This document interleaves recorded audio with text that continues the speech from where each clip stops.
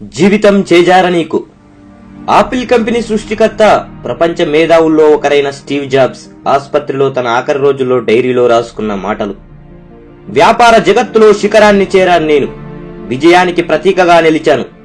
పని తప్ప నాకు వేరే ఆనందమే తెలీదు. సంపాదనకే అంకితమైపోయాను. ఇప్పుడు ఈ మరణశయ్య మీద రోజులు లెక్క పెట్టుకుంటున్నా నేను. ఒక్కసారి ఆత్మ పరిశీలన చేసుకుంటే ఇన్నాళ్ళు నేను గర్వపడిన పేరు, డబ్బు ఎందుకు కొరగానివని నాకనిపిస్తుంది. ఈ నిశిరాత్రిలో నా ప్రాణాలు నిలిపేందుకు అమర్చిన యంత్రాలు చేసే శబ్దంలో నాకు మృత్యు దేవత ఊపిరి చప్పుడు వినిపిస్తోంది. నాకిప్పుడు అనిపిస్తుంది, జీవితంలో సరిపడా డబ్బు సంపాదించాక మనం ఆలోచించాల్సిన విషయాలు వేరే ఉన్నాయి.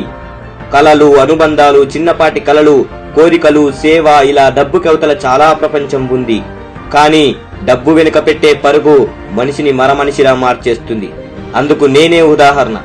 ఇతరుల మనస్సుల్లోని ప్రేమను గుర్తించాలనే దేవుడు మనకు జ్ఞానేంద్రియాలను ఇచ్చాడు.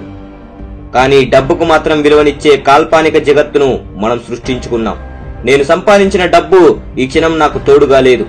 నేను నాతో తీసుకెళ్లగలిగేది ప్రేమానుభూతులు, అందమైన జ్ఞాపకాలు మాత్రమే. ఈ ప్రేమపూర్వక అనుభూతులే ఎప్పుడూ మనతో ఉంటాయి, మనల్ని ఉన్నత స్థాయికి చేరుస్తాయి. నిజం అంతా మన హృదయంలోనే, మన చేతుల్లోనే ఉంది. ఈ ప్రపంచంలో అత్యంత ఖరీదైన మంచం ఏదో తెలుసా? నువ్వు రోగంతో బాధపడుతూ పడుకున్న మంచం. నీ కారు నడపడానికి ఒక డ్రైవర్ను నియమించుకోగలవు, నీకోసం సంపాదించి పెట్టగలిగే ఉద్యోగులను నియమించుకోగలవు. కానీ నీ జబ్బును, నీ బాధను అనుభవించే వ్యక్తిని మాత్రం ఎన్ని కోట్లు పెట్టినా నువ్వు ఏర్పాటు చేసుకోలేవు.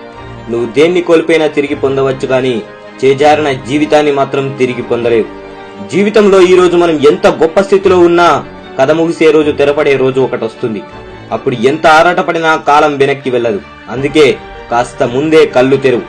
డబ్బును కాదు, నీ కుటుంబాన్ని ప్రేమించు, నీ స్నేహితులను ప్రేమించు, నీ తోటి వారికి సహాయం చెయ్యి. నీ, నా అనే తారతమ్యం లేకుండా అందరినీ అభిమానించు. నీకు పరిచయం లేకపోయిన ధనికుల్ని నా వాళ్ళు అని, నీ వాళ్ళైన పేదవారిని నీకు తెలియనట్లుగా ఉండకూడదు. ఆనందంగా జీవించు. జై హింద్.